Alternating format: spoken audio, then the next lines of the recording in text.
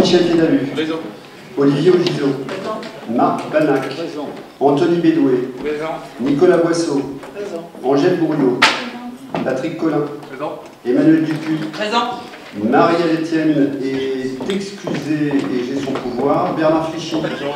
Jean-François Girard. Présent. Jackie Gouin. Présent. Isabelle Hamel. Isabelle. Elle est en quoi? Elle n'est pas là. Elle n'est pas là. Valentin Larcher est excusé, il a donné son pouvoir à Bruno Vivier. Cyril Lecam est excusé, il a donné son pouvoir à Patrick Collin. Sandrine Lès. Colette Lopez. Présent. Régis Mez est excusé, il a donné son pouvoir à Josiane Calafay. Bruno Ouvra est excusé, il a donné son pouvoir à Isabelle Hamel. Ah. Josiane Allez. tu es là. Alors je reviens en arrière. Bruno donc, a donc donné son pouvoir à Isabelle. Josiane Calafay. Présent. Dolores Petro. Didier Blair. Présent. Laurent Roblé. Présent. Lydia Rocher. Présent. Fabien Suri. Présent. Marie-Thérèse Sarari. Présent. Bruno Vivier. Présent. Merci. Non, moi je l'ai dit.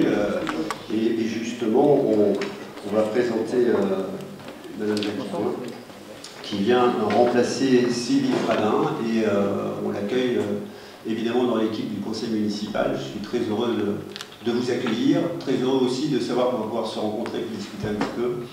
Et puis, pas de stress, même si c'est la première fois pour vous, mais je vous ai senti très à l'aise. Oui, pas de souci, merci à vous. Bon, en tous les cas, bonne soirée, premier conseil municipal. L'ordre du tableau d'ailleurs du conseil municipal, puisqu'on est une commune de plus de 1000 habitants, sera modifié suite au départ de Madame Fradin et l'arrivée de Madame Gouin.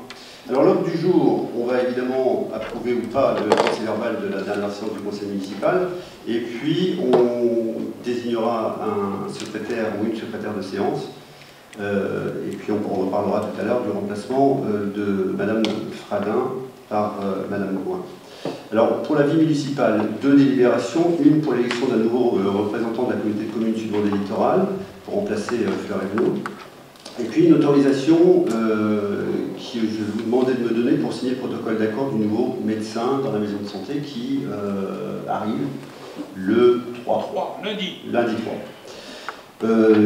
Des finances, des sujets sur les finances, notamment pas mal de demandes de subventions ou de délibérations où il va falloir qu'on se positionne pour aller chercher des subventions, on vous en parlera tout à l'heure. Donc il y en a 4. Un passage à la nomenclature comptable M57, ça paraît extrêmement technique, mais je vous assure que ça on l'attend depuis longtemps. Je vais vous expliquer ce que c'est. Des tarifs, deux tarifs, notamment pour les cours d'apprentissage de la natation et les emplacements de cirque, et puis une vente de véhicules d'occasion, ça ce sera. Donc pour les finances, pour les ressources humaines, Jean-Michel nous parlera de 4 grands sujets: la mise en place des jours d'aménagement et de réduction de temps de travail, les RTT, la création de postes complémentaires pour l'accroissement saisonnier et temporaire, comme on le fait chaque année, et puis la création d'un poste avec la modification du tableau des effectifs. Et tu finiras, Jean-Michel, par la gratification pour l'accueil des stagiaires. En ce qu'il s'agit de l'urbanisme, on va délibérer sur l'acquisition d'une parcelle de terrain nu en section AK 416, on y reviendra tout à l'heure, et puis on approuvera en matière de schéma communautaire l'approbation du schéma intercommunal de la lecture publique. Voilà. Donc je vous propose de nommer, ou de désigner plus exactement, Dolores Petro, secrétaire de séance de cet actuel conseil municipal. Ne t'en fais pas, on s'occupe de tout. Je vais demander à Josiane de nous lire le procès verbal de la séance du 23 mai 2022, de telle façon à ce qu'on puisse l'approuver ou pas. Question 23.5.050, désignation des jurés d'assises 2024.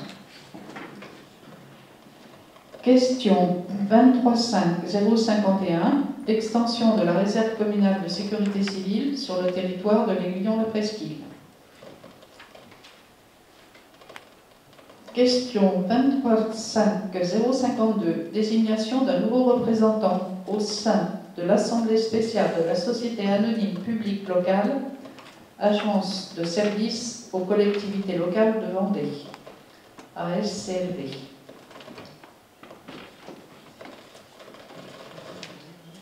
Question 235053, désignation d'un nouveau suppléant au syndicat intercommunal à vocation unique, SIVU. Question 235054, élection d'un nouveau membre du CCAS. Question 235055, attribution des indemnités de fonction aux maires délégués, aux adjoints et aux conseillers délégués.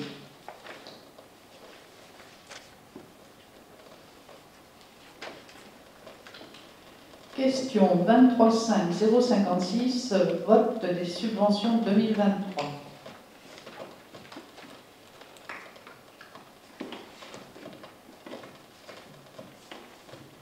Question 235057, dépôt d'un dossier de demande de subvention pour la rénovation du centre d'hébergement pour les travailleurs saisonniers, la Chenolette, à la Faute-sur-Mer, au titre de la DETR, dotation d'équipement des territoires ruraux, ou DSIL, dotation de soutien à l'investissement local. Question 235058, produits irrécouvrables, effacement de créances. Question 235059, établissement d'un titre de paiement à un particulier pour le règlement de travaux effectués sur un chaland au port.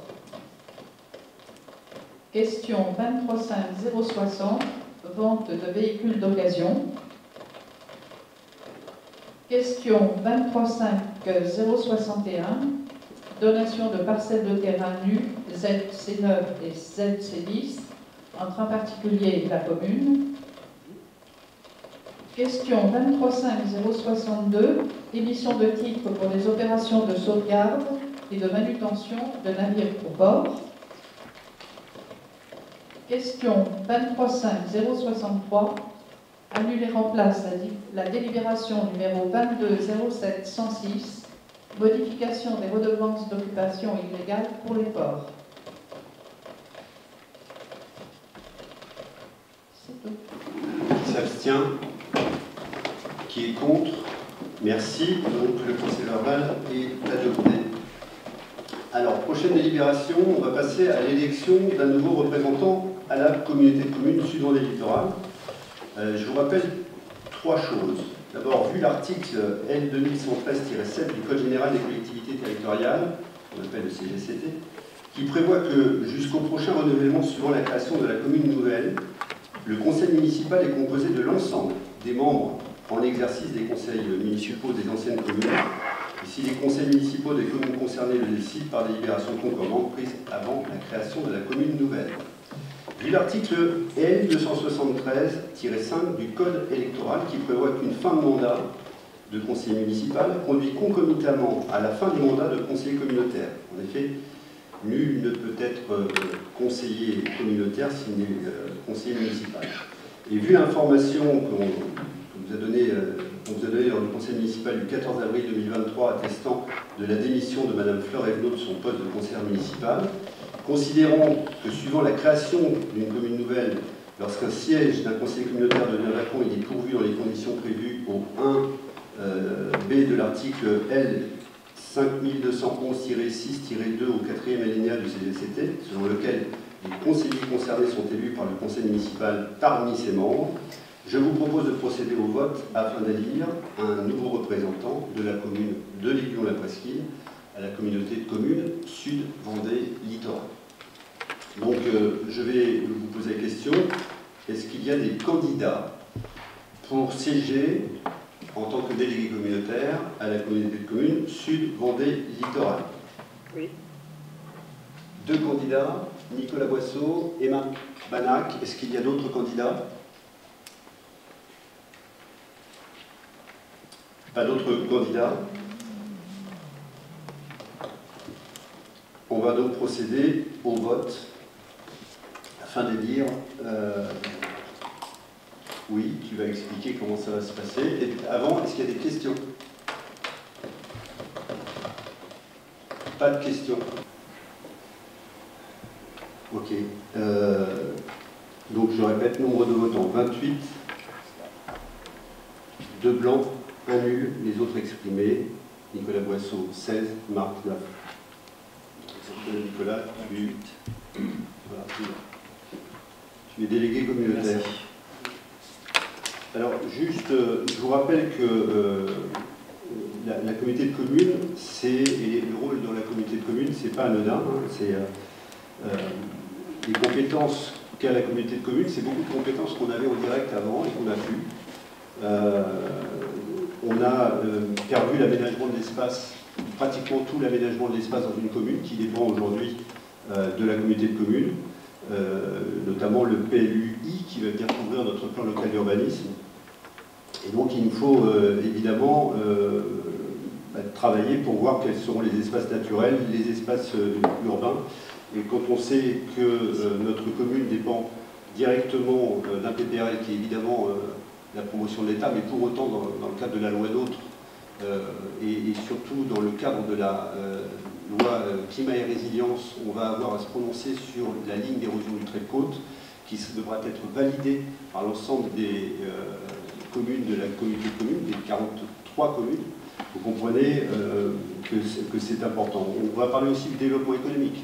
Le développement économique, aujourd'hui, il est porté par la communauté de communes, même si on a des actions, nous, dans une commune pour essayer d'aider, de développer, c'est extrêmement limité puisque les ZAE, les zones d'aménagement artisanal et commercial, dépendent de la communauté de communes, notamment dans le développement, dans les voiries, même dans le fait de pouvoir amener et soutenir l'implantation d'entreprises.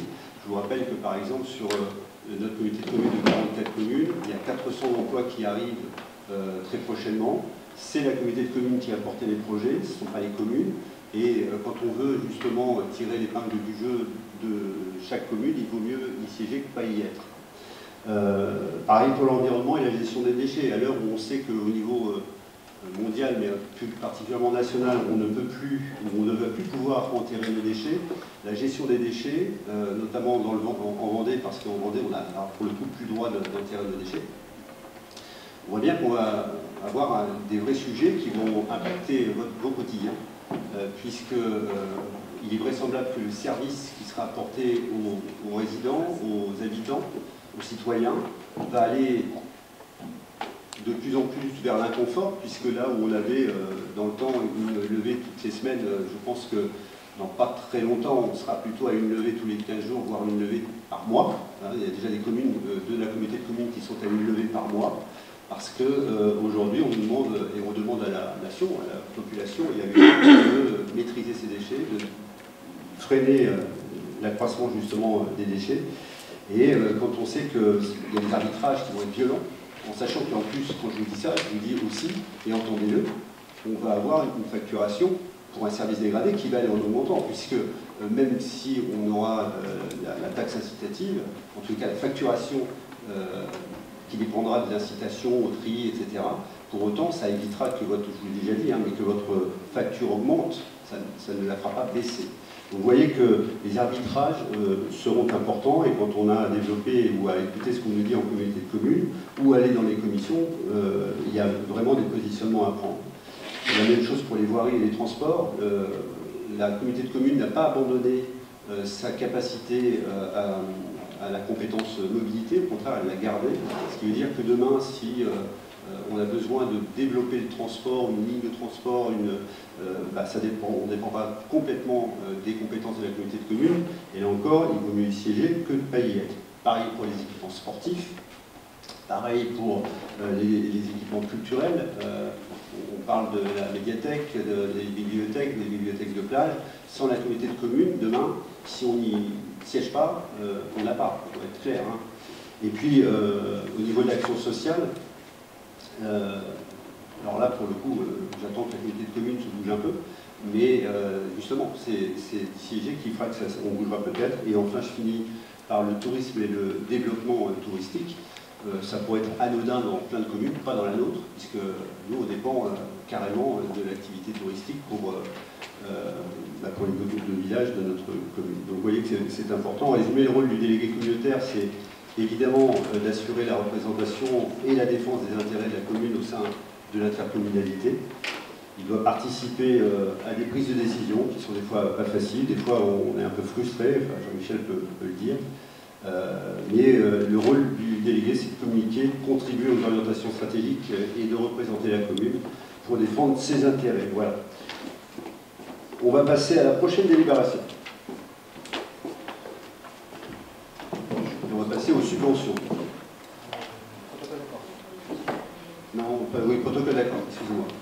Donc, c'est moi qui présente ou c'est moi qui présente? Donc, on va se positionner, je vais vous demander de vous positionner sur la signature du protocole d'accord du nouveau médecin dans la maison de santé. Vous savez que la commune de la Presqu'île s'est engagée depuis pas mal de temps dans de nombreuses démarches pour accueillir les médecins sur notre territoire et afin de préparer au mieux l'arrivée du docteur Christophe Deschamps dans la maison de santé de l'Estuaire le 3 juillet prochain. C'est ce que tu... Lundi matin, 8h30. Voilà, ça c'est précis. Il convient donc de définir un protocole d'accord entre la commune des Légumes et la Presqu'île et ce nouveau médecin. Ce protocole d'accord a pour objet de définir l'offre technique, l'offre de services et l'offre financière mise en œuvre par la commune de l'Aiguillon et la Presqu'île pour l'accueil du nouveau praticien dans la maison de santé.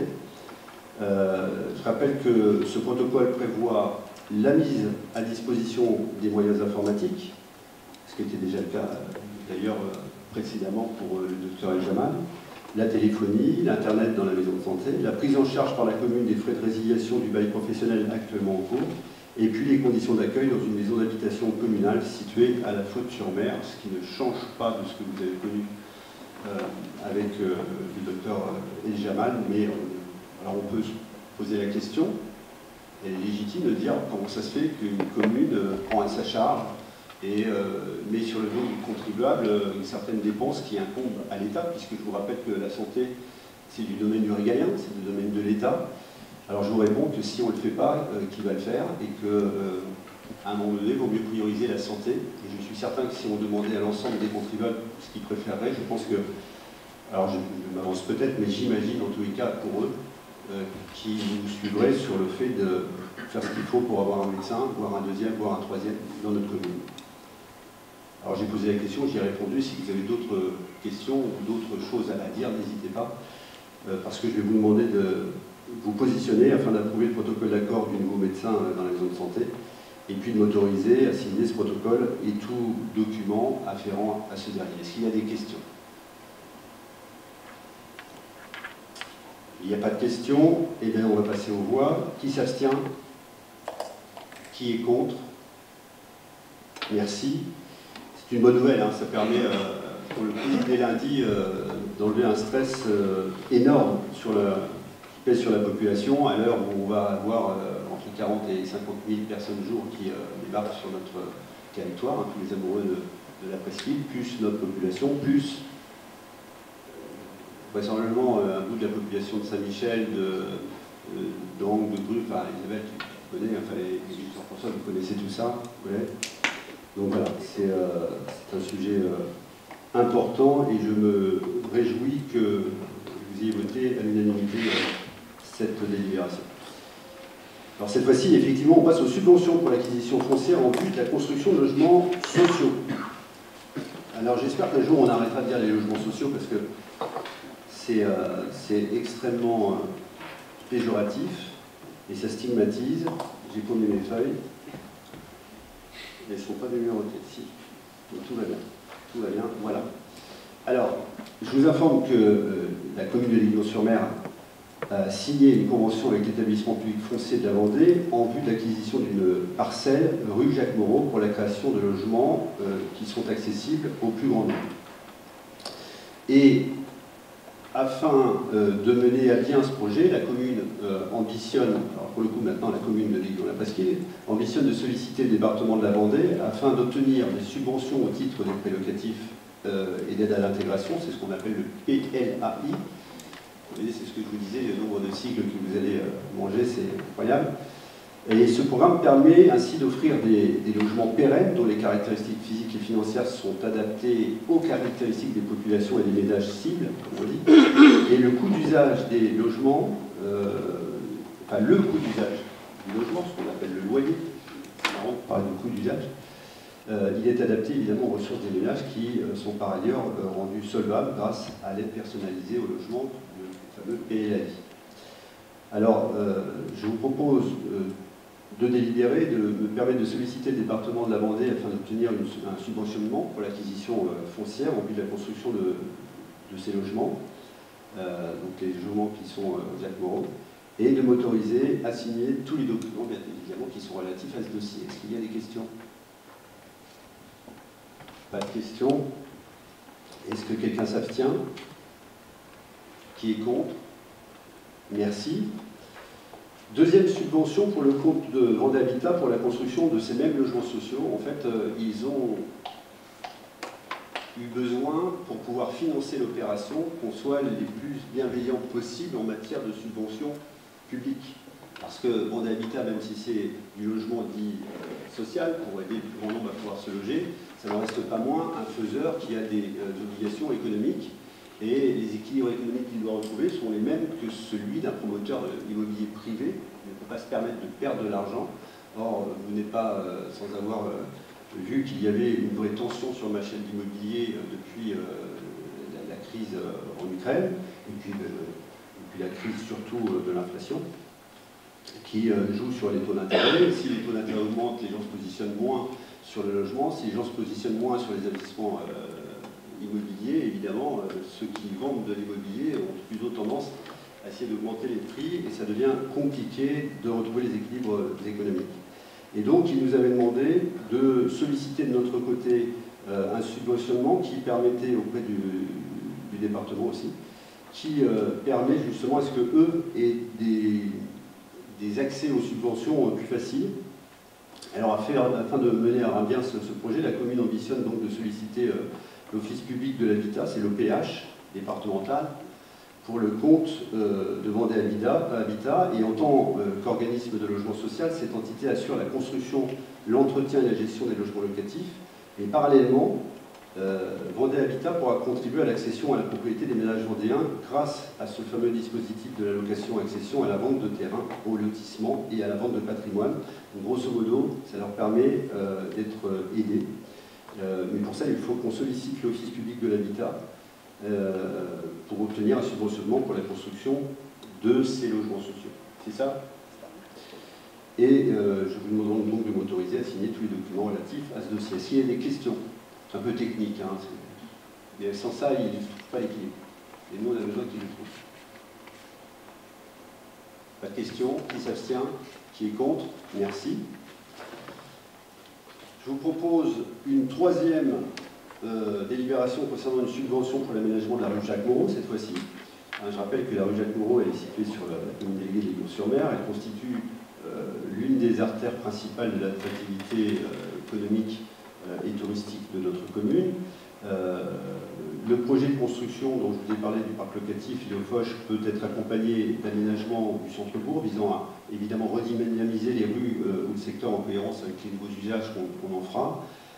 L'objectif est de réorganiser, de modifier l'aspect et le fonctionnement de cette rue en privilégiant un aménagement plus urbain, plus sécurisé, plus sécurisant et qui facilite les traversées piétonnes, cyclables pour apporter évidemment plus d'activité à cette voie qui est importante pour tout le monde. Les commerces pourront bénéficier évidemment de larges espaces de terrasses soulignant les venelles piétonnes et elles inviteront ces terrasses à les usagers à une meilleure déambulation. Et dans le cadre de la commune nouvelle, on souhaite faire une demande auprès du département afin de financer en partie ces futurs aménagements rue Jacques Moreau.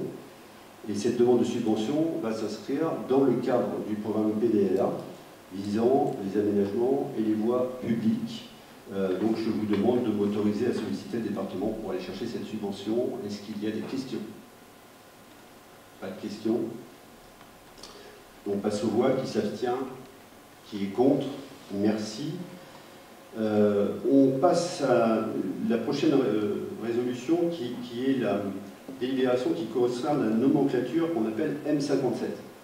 Alors, je peux vous lire tout ce qu'on m'a préparé au niveau technique pour vous expliquer ce qu'est la M57. Je crois que je vais je ne vais pas vous emballer.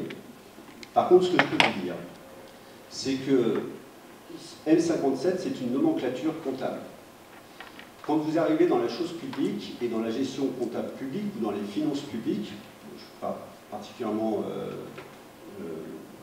ignare sur les finances, ça a été pendant très longtemps mon métier, mais je vous assure que quand on arrive dans les finances publiques, on est effaré par la méthode, par la nomenclature, par ce qu'on peut faire, parce que ce qu'on peut faire dans les jeux comptables publics, si on le faisait dans le privé, je pense que vraiment, je le dis vraiment, on aurait des problèmes avec la brigade financière. Parce que ce n'est pas du tout les mêmes usages. Et enfin, il y a une nomenclature qui a été décidée, je crois, en 2015 ou 2017. Hein, oui, 2017.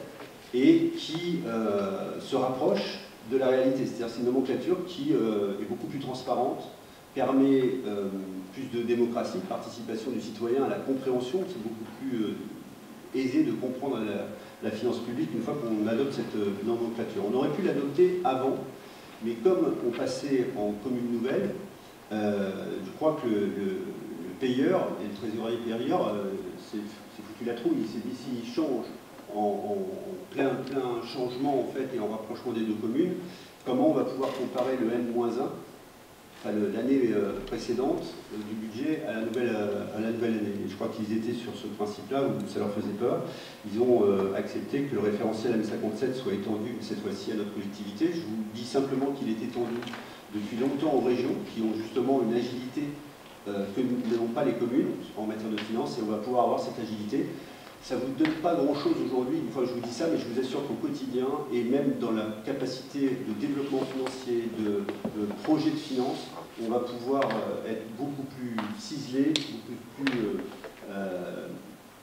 agile, pour permettre le développement de notre commune. Voilà. Donc, grosso modo, je vous demande d'adopter le passage de la commune de Liguillon à la presqu'île à la nomenclature budgétaire et comptable abrégée, qu'on appelle M57, à compter du 1er janvier 2024. La petite particularité, c'est que lorsqu'on va faire 1er janvier 2024, fin d'année 2024, on publiera donc nos comptes, mais contrairement à d'habitude, on ne pourra pas les comparer au budget de l'année 23, parce que ce n'est pas du tout la même nomenclature, et donc on comparerait des choux et des patates, ça n'aurait pas de sens. C'est la seule contrainte qui va s'imposer à nous, c'est qu'on aura des difficultés à se dire est-ce qu'on a fait mieux cette année ou moins bien, quand on comparera les chiffres en fin 2024. Voilà. Et à part ça, voilà. Est-ce qu'il y a des questions? Pas de questions, je me doutais un peu. On va passer aux voix. Qui s'abstient? Qui est contre? Merci. Merci, merci. On passe maintenant à des tarifs. Délibération des tarifs des cours d'apprentissage de la natation. Alors, pour aller à l'essentiel, vous savez que c'est une tradition, hein, que ce soit à l'Aiguillon ou à la Faute, on a toujours appris à nager sur notre territoire. On tient à ce qu'on continue à apprendre à nager, ne serait-ce que pour la sécurité de chacun. Et puis, de telle façon aussi à ce que ceux qui aiment notre territoire, les grands-parents qui accueillent leurs petits-enfants, ou les gens qui viennent passer leurs vacances ici, puissent avoir cette offre, où les enfants qui viennent passer leurs vacances repartent d'ici en ayant au moins le savoir de la flottaison, et s'ils peuvent avancer dans l'eau, c'est formidable. Donc, on avait des tickets, les tarifs sont toujours pour un ticket à 15 € pour un cours de natation. Si on en prend 9, ça fait 135 € pour 10 cours de natation, c'est-à-dire que le prix de 9 tickets, ça permet d'avoir un cours supplémentaire, si je comprends bien, et en fait, à 120 €, donc 8 tickets payés, et ça permet à celui qui paie ces 8 tickets d'avoir 10 cours de natation. C'est simplement parce qu'il habite, il a sa résidence principale, ou les enfants. Les parents ont leur résidence principale à l'Aiguillon, la presqu'île. Donc c'est une sorte de discrimination totale qu'on vous demande d'accepter, de voter. Parce que si vous êtes résident principal ici, vos enfants ont 2 cours gratuits, pour être clair, hein. Et si ce n'est pas le cas, ils payent un peu plus cher. Voilà. Donc ça permet d'éclairer le tarif, et si vous avez des questions ou des remarques ou des choses qui ne vous conviennent pas, n'hésitez pas à me faire savoir et qu'on en parle. Qui a des questions? Je le disais peut-être. Bon, eh bien, s'il n'y a pas de questions, qui s'abstient? Qui est contre? Merci pour tout le monde. On arrive à d'autres tarifs pour les emplacements de cirque, parce que c'est un sujet chez nous. Alors, pour les cirques qui s'installent sur notre commune, alors j'aime beaucoup ce que vous avez préparé, il y a les moyens cirques et les petits cirques. Alors les moyens cirques ou les cirques moyens, je ne sais pas trop ce que veut dire le cirque moyen, son tarif est à 100 €, et pour les petits cirques qui sont les guignols, les marionnettes, les contes, etc., on serait à 43 €. Il y a aussi des conditions d'accès aux différents lieux dédiés au cirque et au spectacle qui sont définis dans un arrêté municipal qui indique notamment deux choses. La première, c'est l'interdiction de mise en place d'installations avec hébergement sur certains secteurs en zone rouge au titre du plan de prévention des risques littoraux, c'est-à-dire qu'on ne souhaite pas, et vous le comprendrez, mettre en danger les gens les circassiens dans des zones qui seraient des zones exposées au danger PPRL ou PPR. Et puis l'autre interdiction, c'est l'interdiction d'installation de spectacles avec des animaux sur les places des mairies, mairie de l'Aiguillon et mairie de la Faute-sur-Mer, pour des raisons bien évidemment sanitaires. Est-ce qu'il y a des questions? Sur la commune de l'Aiguillon, en fait, le cirque ne sera jamais là. C'est tout en rouge. Non, là, les terrains, c'est pas rouge. Où ça? Terrain de foot. Il ne faut pas qu'ils dorment. Si tu veux, l'idée, c'est pas qu'ils ne viennent pas, c'est qu'ils ne dorment pas. On ne peut pas laisser des gens en zone rouge. Mais s'ils viennent sur de l'animation, je vois mal l'animation de terrain de foot, là, j'ai pas tout compris. C'est en bleu le terrain de foot. Oui, le terrain de foot, il est déjà occupé. Hein. Oui, bien sûr. Non, mais ce que je veux dire, c'est que si les terrains libres, il pourrait y avoir des terrains libres, on pourrait trouver des terrains libres. Mais il y aura des cirques, on peut très bien avoir des cirques. Ce qu'ils ne peuvent pas, c'est avoir leur roulotte de sommeil à côté. Ou leur caravane de sommeil sur une zone rouge. C'est pas possible.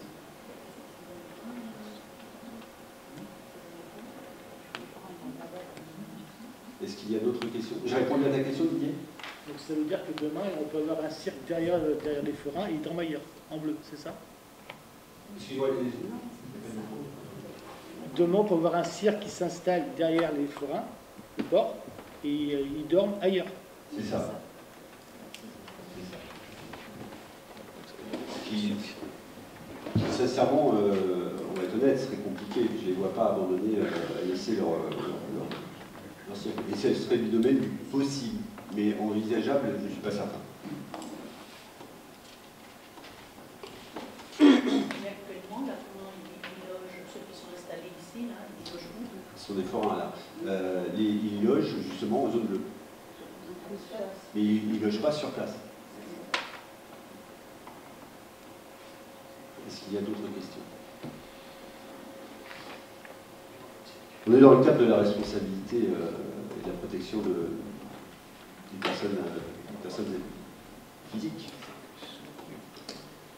Donc je vous demande d'approuver la tarification que je vous ai exposée, telle qu'elle a été aussi présentée ici tout à l'heure, et aussi sur le sujet des emplacements protégés en cas de contrainte PPR. Et pas d'autres questions? Pas d'autres questions? Qui s'abstient? Qui est contre? Merci. Je vais demander à Nicolas Boisseau de porter la délibération de la vente d'un véhicule d'occasion.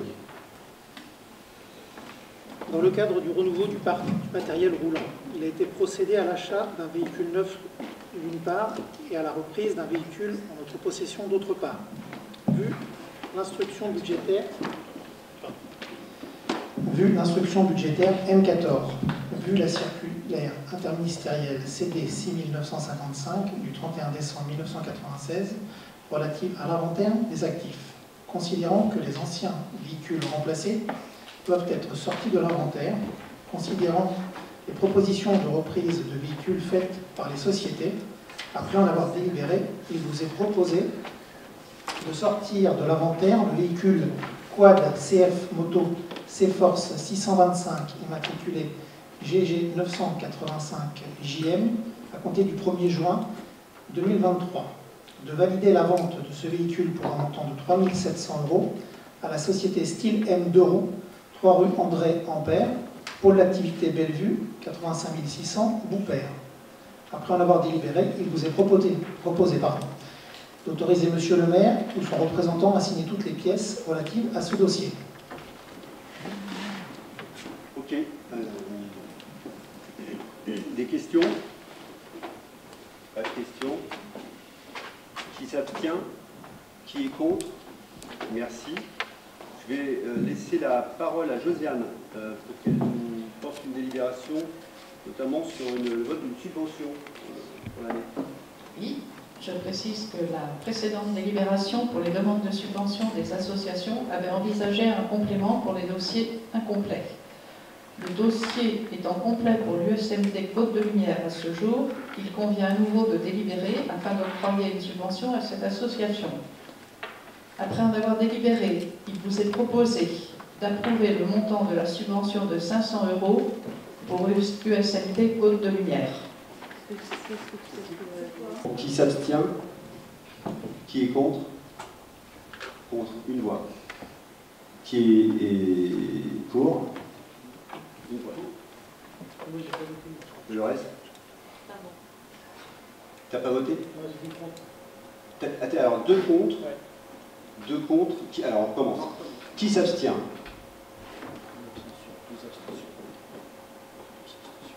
Et qui est contre? Les deux. Trois.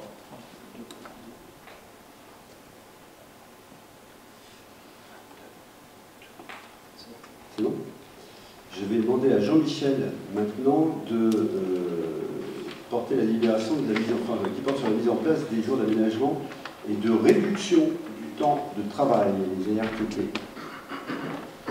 Voilà, donc le Conseil municipal, lors de sa séance du 8 février 2022, a approuvé le protocole temps de travail applicable aux agents de la collectivité de l'Aiguillon-la-Presqu'île, conformément donc à l'article 47 de la loi 2019-828 du 6 août 2019, de la transformation de la fonction publique relative au temps de travail et à la durée légale annuelle de 1607 heures. Ce protocole traitait donc notamment de l'organisation du temps de travail au sein des services, à savoir un fonctionnement par cycle ou par annualisation. Concernant cette organisation, certains agents bénéficient actuellement de jours d'ARTT sous les conditions de leurs anciennes collectivités, d'autres ont fait la demande pour en bénéficier. Aussi, afin d'harmoniser les conditions à l'ensemble des agents, il est proposé de définir ce dispositif d'ARTT sur la commune nouvelle. Alors je vais essayer de vous faire court parce qu'il y en a 3 pages. Et en résumé, en fait, il y a actuellement un groupe de travail qui est composé de membres de représentants du personnel au sein du CST, puisque c'est dépendant du comité social territorial. Et il y a donc des représentants des élus également. Et donc, nous sommes en train d'élaborer un règlement intérieur. Le dispositif, il a été abordé donc au sein de ce groupe de travail et du CST lors de sa séance du 20 juin 2023. Et un avis favorable a été mis sur la mise en place dès le 1er juillet 2023. Raison pour laquelle on préfère vous le passer rapidement, avant même d'attendre la fin de l'année, l'élaboration du règlement intérieur, tout simplement pour que les agents en bénéficient. Alors, si je peux faire court, on a émis les règles malgré tout, puisque vous savez que donc il y a 1607 heures, 35 heures par semaine, et que sur l'Aiguillon-la-Presqu'île, les agents qui le souhaitent, évidemment, pourront aller éventuellement jusqu'à 38 heures. Et à partir du moment où ça fera objet d'une annexe au règlement intérieur de la fin de l'année, raison pour laquelle je vais vous demander votre avis sur ce dossier d'aménagement, de jours d'aménagement et de réduction de temps de travail. Est-ce que vous avez des questions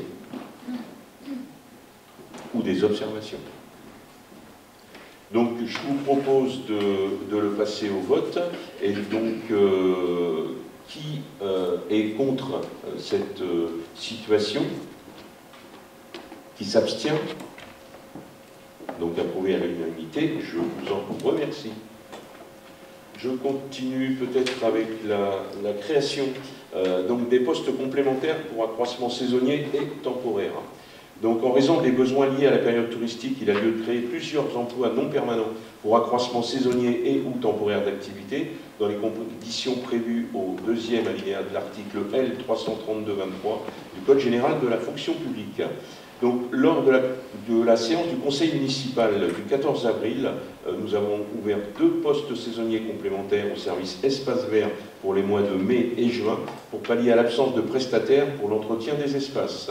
Donc on vous propose que ces 2 postes saisonniers complémentaires soient prolongés sur les mois de juillet et août, afin de permettre la continuité d'entretien, toujours pour remédier au manque de prestataires. Donc je vous rappelle juste que la durée d'un contrat saisonnier est de 6 mois maximum sur une période de 12 mois consécutive, et que la durée d'un contrat temporaire est de 12 mois sur une période de 18 mois consécutive. Donc aussi, il vous est proposé de recruter du personnel dans les domaines suivants: agent espace vert en l'absence de prestataires, donc 2, et prolongation sur 2 mois, juillet et août 2023. Avez-vous des questions, des observations? Donc, je vous propose de créer donc 2 postes d'emploi pour accroissement saisonnier définis en annexe 6 juin, et d'autoriser monsieur le maire ou son représentant à signer les contrats de recrutement correspondants. Qui s'abstient? Qui est contre? Donc approuvé à l'unanimité, je vous en remercie. Donc ensuite, c'est une création de poste avec mise à jour du tableau des effectifs. Donc les emplois de chaque collectivité sont fixés par l'organe délibérant de la collectivité. Il appartient donc au conseil municipal d'établir l'effectif des emplois nécessaires au fonctionnement des services. C'est donc la raison pour laquelle on vous pose à chaque fois cette question sur le tableau des effectifs, ou la suppression, ou éventuellement l'augmentation. Donc je vous propose la création d'un poste de directeur général adjoint à la direction. Depuis la mise en place de la commune nouvelle, il s'avère nécessaire de créer un poste DGA afin de seconder le directeur général des services. Cette personne aura pour mission principale la mise en œuvre de l'organisation des services et des projets internes. Elle assistera le DGS en matière d'instances paritaires et délibératives, ainsi qu'en matière budgétaire et financière. Donc il convient pour cela de modifier un poste vacant sur un cadre d'emploi de catégorie A.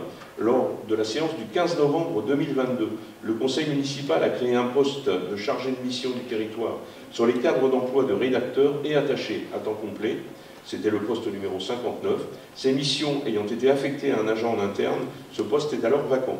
Il vous est donc proposé de modifier le poste ainsi, à savoir le poste du cadre d'emploi des attachés, du grade d'attaché au grade d'attaché principal. Le poste de DGA étant un poste fonctionnel de direction, il convient également de créer un poste fonctionnel de directeur général adjoint. Cette modalité de nomination s'applique aux emplois fonctionnels de DGA des communes de plus de 2000 habitants. L'agent est ainsi recruté sur le grade de catégorie A et sera alors détaché sur cet emploi. Par ailleurs, en cas de recrutement infructueux de candidats fonctionnaires, le poste de catégorie A pourra être pourvu par un agent contractuel pour une période de 3 ans, renouvelable conformément à l'article L 332-8, deuxième alinéa du Code général de la fonction publique. Dans ce cas, l'agent contractuel sera positionné sur le poste de catégorie A sans être détaché sur l'emploi fonctionnel. Avez-vous des questions ou des observations? Donc je vous propose de passer au vote. Je vous propose donc d'approuver la modification du poste numéro 59 du grade d'attaché au grade d'attaché principal à temps complet et la création d'un emploi fonctionnel de directeur général adjoint. D'approuver également la modification du tableau des effectifs joint en annexe à compter du 1er juillet 2023. D'inscrire les crédits nécessaires au budget et d'autoriser monsieur le maire ou son représentant à signer tout acte y afférent. Qui s'abstient? Qui vote contre? Adopté à l'unanimité, je vous en remercie. La question suivante est donc la gratification pour l'accueil de stagiaires. Donc des étudiants de l'enseignement supérieur peuvent être accueillis au sein de la collectivité pour effectuer un stage dans le cadre de leur cursus de formation. Les stages ne peuvent pas avoir pour objet l'exécution d'une tâche régulière correspondant à un poste de travail permanent, de faire face à un accroissement temporaire de l'activité de l'organisme d'accueil, d'occuper un emploi saisonnier ou de remplacer un agent en cas d'absence ou de suspension de son contrat de travail. Les périodes de formation au milieu professionnel et les stages correspondent à des périodes temporaires de mise en situation en milieu professionnel, au cours desquelles l'élève ou l'étudiant acquiert des compétences professionnelles et met en œuvre les acquis de sa formation en vue d'obtenir un diplôme ou une certification et de favoriser son insertion professionnelle. Donc le stagiaire se voit confier une ou des missions conformes au projet pédagogique défini par son établissement d'enseignement et approuvé par la collectivité. La durée des stages effectués par un même stagiaire dans un même organisme ne peut excéder 6 mois par année d'enseignement. L'accueil du stagiaire nécessite une convention de stage tripartite, l'établissement d'enseignement, le stagiaire et la collectivité, qui détermine les modalités d'accueil et notamment les droits et obligations des parties. Donc, le versement d'une gratification minimale à un stagiaire de l'enseignement supérieur est obligatoire lorsque la durée du stage est supérieure à 2 mois consécutifs ou si au cours d'une même année scolaire ou universitaire, le stage se déroule sur une période de 2 mois consécutifs ou non. Cependant, lorsque le stage est inférieur ou égal à 2 mois, la collectivité peut décider de verser une gratification non obligatoire dont le montant et les modalités de versement sont fixés par délibération. Le montant minimal horaire de la gratification est fixé à 15% du plafond de la sécurité sociale et le calcul s'effectue en fonction des heures réellement effectuées. Dès lors que sa gratification ne dépasse pas le plafond fixé par le Code de la sécurité sociale, elle ne sera pas soumise à des cotisations et contributions sociales. Donc, il est proposé au conseil municipal d'approuver le versement d'une gratification aux stagiaires de l'enseignement lorsque leur stage est d'une durée inférieure ou égale à 2 mois. Ce qui est le cas pour notre stagiaire. Donc, avez-vous des questions, des observations sur le sujet? Donc, je vous propose de passer au vote. Donc, il vous est proposé d'instituer le versement d'une gratification aux stagiaires de l'enseignement supérieur accueillis dans la collectivité lorsque la présence du stagiaire est inférieure ou égale à 2 mois au taux minimal, d'inscrire les crédits nécessaires au budget, d'autoriser monsieur le maire ou son représentant à signer la convention de stage et tout document afférent à l'accueil d'un stagiaire, et d'autoriser monsieur le maire ou son représentant à prendre toutes les mesures nécessaires à l'exécution de la présente délibération. Qui s'abstient? Qui vote contre? Donc approuvé à l'unanimité. Je vous en remercie.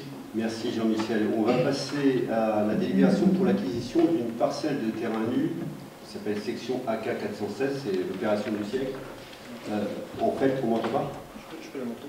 Ah oui, tu peux la montrer. En fait, vous allez voir, c'est pas l'opération du siècle.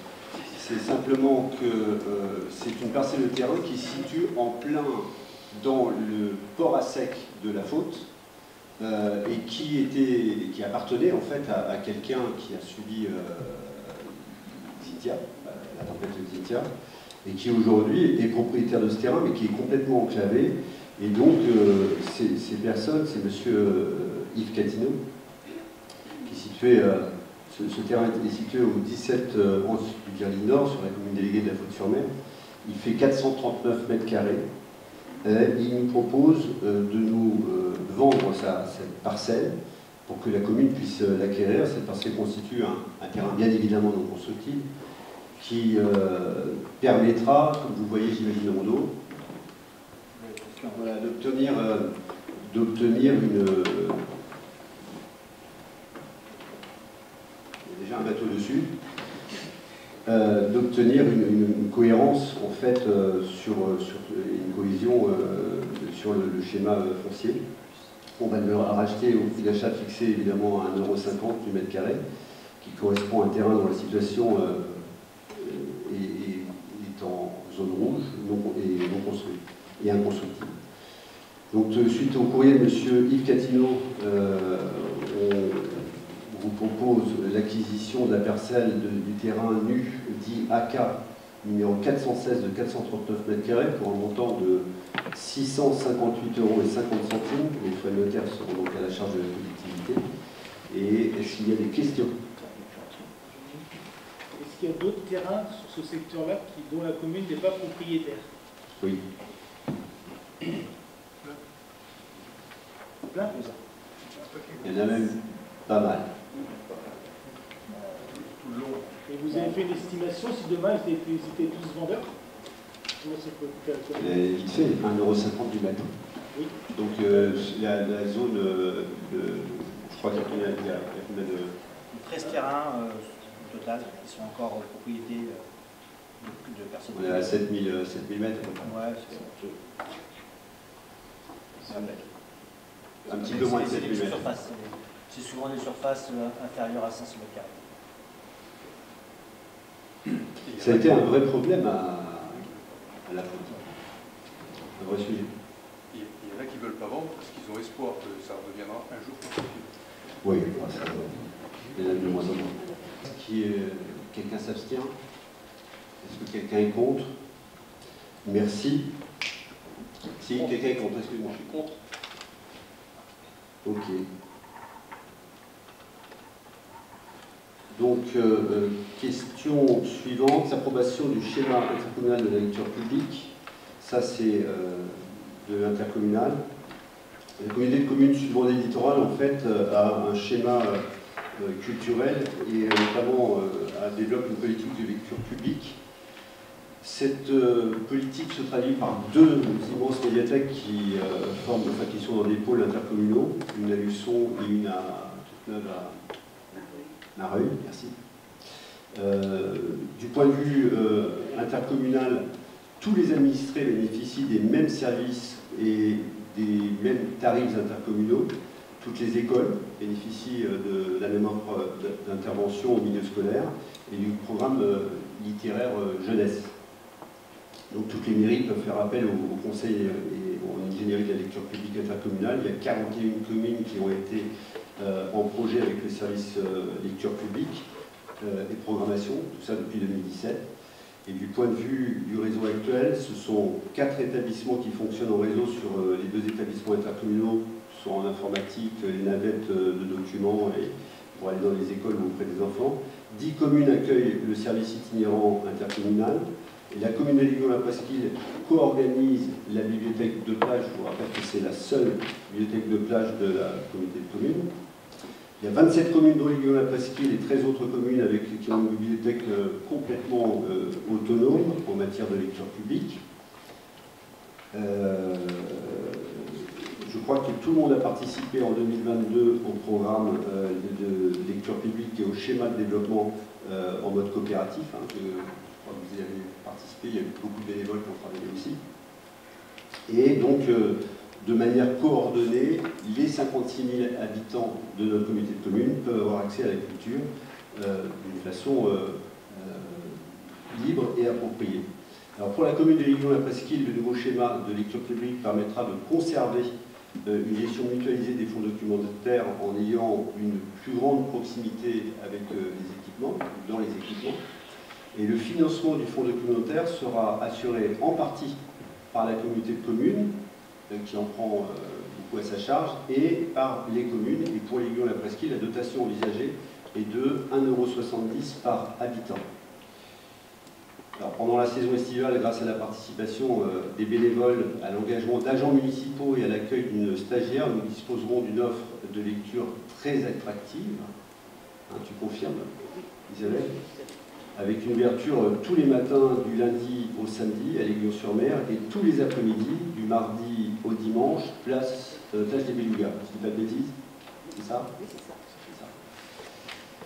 ça. De plus, la gestion municipale de notre magnifique médiathèque permettra de développer des projets d'exposition et d'événements pour les habitants. Et je vous demande, je vous propose d'approuver le schéma intercommunal de développement de la lecture publique et de m'autoriser à signer tous les documents afférents à ce projet. Est-ce qu'il y a des questions? Pas de questions? Qui s'abstient? Si. Isabelle? Je voulais juste faire une petite observation, une petite précision. C'est de signaler aussi qu'on passe à la gratuité pour tous les lecteurs. Ah oui, oui, c'est important. C'est une très très bonne nouvelle, parce que ce soit les lecteurs des habitants ou les estivants. Alors pour ceux qui n'auraient pas entendu, qui sont loin, et notamment Ouest-France, qui n'a peut-être pas entendu, la lecture publique est complètement gratuite. Et ça, c'est une bonne nouvelle pour la culture. Isabelle, d'autres choses à dire? Non? Qui s'abstient? Qui est contre? Merci. Eh bien, j'en ai fini avec l'ordre du jour du conseil municipal. Je vous remercie. Je vais donc lever la séance.